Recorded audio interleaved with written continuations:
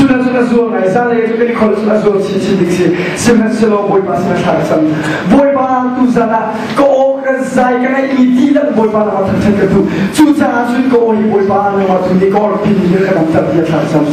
Juju de thang boy pa tu thang ya ka mi pa si thang ti ka tu mi pa si no se ba tu boy pa ni ko fa ni ta boy pa ni tu thang ko sa nang la ke lu chi ti ta kan ke thang ni boy pa ma ya du nong tu mi chau na lo chani ra tu na ba tu boy pa na zo han ya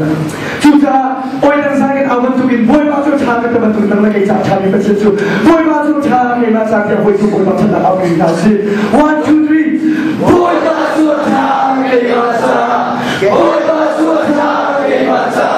boy pa tu cha ke ma sa boy pa tu cha ke su kha sa boy pa tu cha ke su kha sa boy pa tu cha tu ni pu sa boy pa tu cha la tu ni pu sa boy pa tu cha la tu ni pu sa boy pa tu cha la tu ni pu sa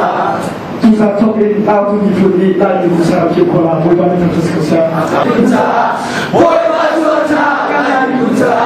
boy pa tu cha ka la ni pu sa a cha bi pe ka za bi ne sa bai na ta ta